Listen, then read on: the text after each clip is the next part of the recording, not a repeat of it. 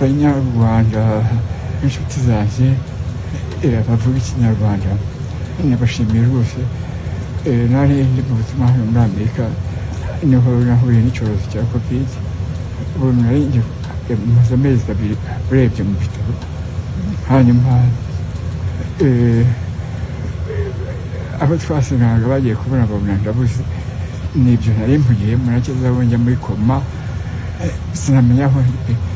Ubu rero ndi mu bitaro bari kumfasha, kuko ijya ikakwica ibintu byose, n'ingingo zigapfa. Ubu ndi kwiga kugenda nk'umwana. Nkabashima rero abantu mwese mwagiye mumfasha munsabira.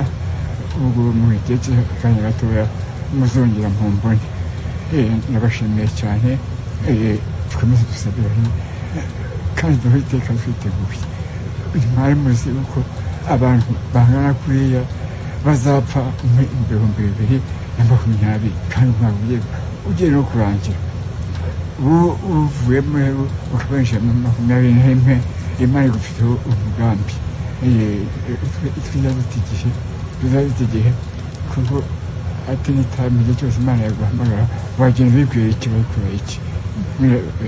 Mwese ronje bashimye abagiye musore. Ubu rero ni ubutumwa Padiri Ubald Rugirangoga uzwi mu bikorwa byo gusengera abarwayi mu by'ukuri yakomeje kugenda agarukaho nyuma y'uko ku munsi w'ejo abantu bagiye batambutse ubutumwa butandukanye ku mbuga nkoranyambaga bamubika bavuga yuko ashobora kuba yitabye Imana kubera icyorezo cya COVID-19 amaze igihe arwaye muri Leta Zunze Ubumwe za Amerika. Abantu rero benshi mu by'ukuri ku munsi w'ejo bari bategereje kumenya ese mu by'ukuri urubuga rwe ruraza gutangaza iki, ibiri gutangazwa n'aba bantu batandukanye byaba ari ukuri, cyane ko bavugaga yuko ashobora kuba yamaze gushira mu mwuka kubera icyorezo cya COVID-19. Hanyuma rero nk'uko abantu basanzwe bakurikira urubuga rwe rwa Facebook bakunze kugenda bamenyeshwa amakuru umunsi ku munsi uko ubuzima bwe buhagaze, ku munsi w'ejo rero mu by'ukuri Padiri Ubald Rugirangoga yaje rero kongera kwifashisha urubuga rwa Facebook rero mu by'ukuri agaragaza uko amerewe mu bitaro muri Leta Zunze Ubumwe za Amerika. Ngira ngo nk'uko mubyumvishe Padiri Ubald Rugirangoga yavuze byinshi cyane, avuga uko yanduye icyorezo cya COVID-19 ari mu butumwa muri Leta Zunze Ubumwe za Amerika ndetse n'uburyo yagiye yitabwaho. Avuga yuko hari abantu benshi cyane bamaze gushiramo umwuka, ashimira Imana yuko yakomeje kugenda imurinda umunsi wa none, ndetse anabwira abantu yuko niba Imana yarakurinze muri mwaka 2020 birashoboka ko uyu mwaka 2021 ushobora kuzakubera mwiza cyane. Ati rero niba warwaye icyorezo cya COVID-19 ukagikira kandi uzi umubare w'abantu bose bagiye bapfa mu by'ukuri muri mwaka ushize 2020 bigaragaza ko hari umugambi ukomeye cyane Imana igufiteho. Ni Padiri Ubald Rugirangoga rero uyu azwi mu bikorwa byo gusengera abarwayi, akaba kandi yaraherutse no kwifuriza mu by'ukuri abantu Noheli nziza nyuma y'amezi mu by'ukuri atari make yarwariye muri Leta Zunze Ubumwe za Amerika arwaye icyorezo cya COVID-19. Akaba rero n'uyu munsi wa none yongeye no kwifuriza abantu umwaka mushya muhire wa 2021, abifuriza ko bazawugiramo imigisha, ndetse kandi akomeza kubasaba inkunga amasengesho kugira ngo nawe ubuzima bwe buve mu kaga, nawe akomeze ubutumwa bwe afite kuri iyi si. Hanyuma rero reka nkubwire ko mu mpera z'Ukwakira no kwezi kwa 10 nibwo hatangajwe ko Padiri Ubald Rugirangoga yanduye coronavirus ndetse ari kwitabwaho n'abaganga. Ku munsi wo kuwa gatanu kuri Noheli abantu biziza mu by'ukuri ivuka ry'Umwami Yesu Kristo ku nshuro ya mbere nibwo yagaragaye ku mashusho yifuriza abantu Noheli nziza, bitanga n'icyizere ko rero arimo koroherwa. Aya mashusho ye akaba yaragaragaye mu by'ukuri Padiri Ubald Rugirangoga yararyamye ku gitanda cy'abarwayi nk'uko n'ubu mwayibonye muri aya mashusho. Hagaragaraga rero mu by'ukuri umutwe n'igice gito cy'igihimba, yari yambaye ingofero ikozwe mu budodo y'amabara y'umutuku ndetse n'icyatsi, gusa ubona ko arwaye. Ari kwifuriza abantu rero Noheli nziza ndetse anabashimira ku masengesho yabo. Ubwo rero nibwo bwa mbere Padiri Ubald Rugirangoga yagaragaraga cyane mu mashusho. Mu magambo rero make icyo gihe yagize ati Ubald uri mu bitaro arabifuriza Noheli nziza, ati mwarakoze kunsengera ndikorohererwa, ati mwarakoze cyane ndabashimira kubw'amasengesho yanyu.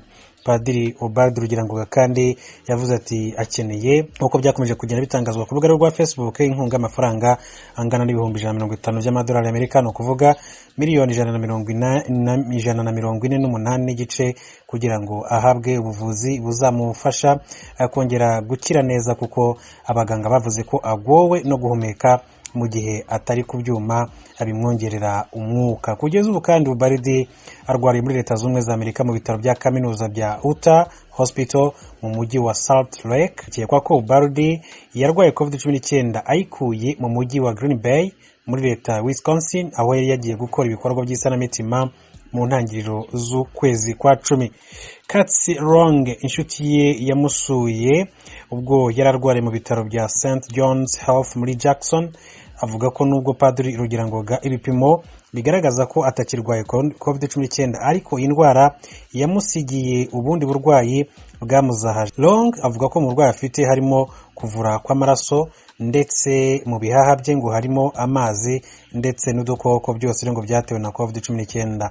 Padiri Rugirangoga rero Ubald yamenyekanye cyane kubera ibikorwa by'isanamitima n'ibindi byiganjemo byo gusengera abarwayi bagakira. Amaze rero imyaka irenga 32 yarihaye Imana. Mu mwaka wa 2015 Padiri Ubald yagizwe umurinzi w'igihango kubera uruhare yagize mu gutangiza gahunda y'ubumwe n'ubwiyunge muri paruwasi ya Mushaka, ikaba yarabyaye imbuto nyinshi cyane mu baturage ndetse inarenga imbibi igera no mu zindi paruwasi.